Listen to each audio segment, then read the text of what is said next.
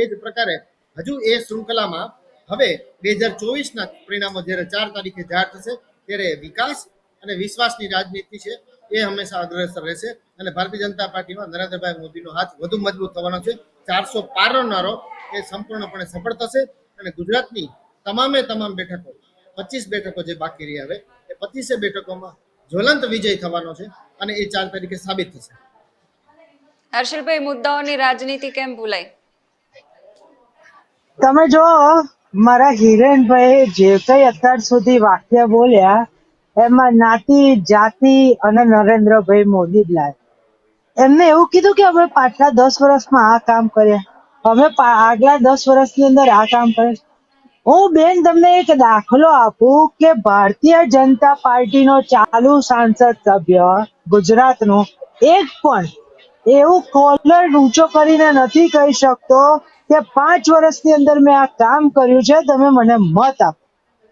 એવું કેપેસિટી નથી. એક માત્ર ને માત્ર નરેન્દ્રભાઈ મોના મોં ઉપર વોટ લેવા માંગવા જાય છે. એટલે એનો મતલબ પેલા એના જેવી વાત થઈ કે જયારે દીકરાના લગ્ન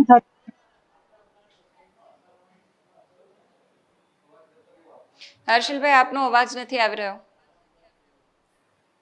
મારે ખરેખર ધન્યવાદ દેવા પડે લોકશાહીને બેન જ્યારે અને જમાવટ કે ક્યારેક આપણે જ્યારે આ પ્રકારના મનોવૈજ્ઞાનિક રૂપથી બીમાર લોકોને પણ ડિબેટમાં બેસવાનો મોકો આપીએ છીએ કે ભારતની સ્વતંત્રતા અને તમામ વર્ગને ન્યાય ભાઈ મનોવૈજ્ઞાનિક હિરેનભાઈ માપમાં બોલવાનું.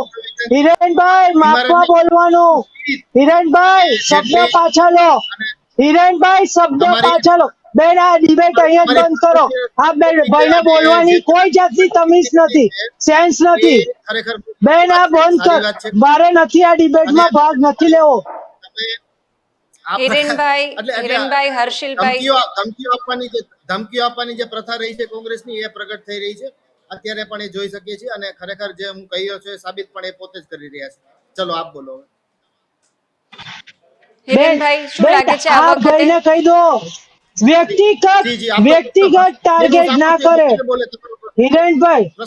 હિરેનભાઈ માનસિકતા તમારી ખરાબ છે. હિરેનભાઈ અને હર્ષિલભાઈ, આ બંનેને હું કહી રહી છું કે એ પ્રકારના શબ્દો ના વાપરતા. અહીંયા આ લોકશાહીનું મહાપર્વ છે અને આપણે અહીંયા જનતાના મુદ્દા પર ચર્ચા કરવા માટે ભેગા થયા છીએ. હિરેનભાઈ સમજવાનું છે. હિરેનભાઈ મારી ઉપર પર્સનલ એટેક ના કરી શકે. એ મને માનસિક રીતે ખરાબ છે એવું ના કહી શકે. એટલે એમને શબ્દ પાછા લેવા જોઈએ. તમે જે પ્રગટ હિરેનભાઈ તમારે એ શબ્દ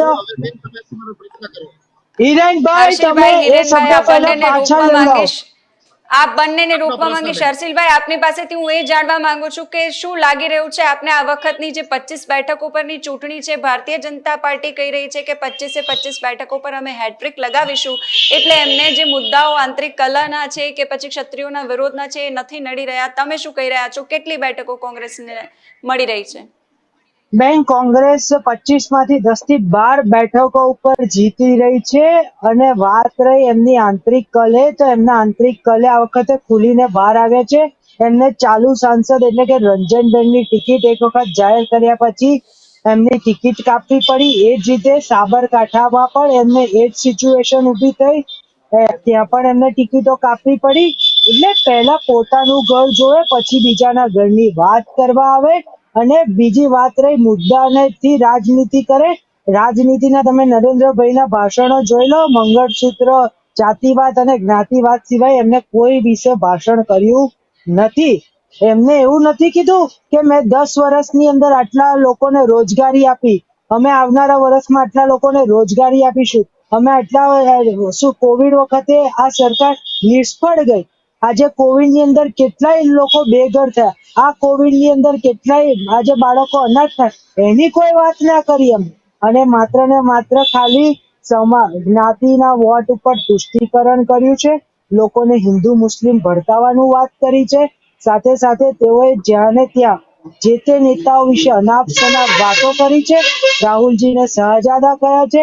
અરે એ શહજાદામાં તો તાકાત હતી કે એને કન્યાકુમારી થી કાશ્મીર સુધી પેદલ યાત્રા કરી. તમારામાં તાકાત હોય તો 5 કિલોમીટર ચાલીને બતાવો અને ગરીબની જે વાત છે એ સમજીને બતાવો. આજે જે મધ્યમ વર્ગનો માણસ છે એ વધારે ગરીબ થતો જાય છે.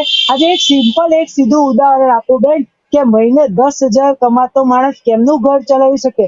સિનિયર કેજી થી માંડીને કોલેજની ફીઓ આજે કેટલી મોંઘી થઈ ગઈ છે. એના વિશે કોઈ દિવસ વાત કરે છે ભારતીય જનતા પાર્ટી? નથી કરતી.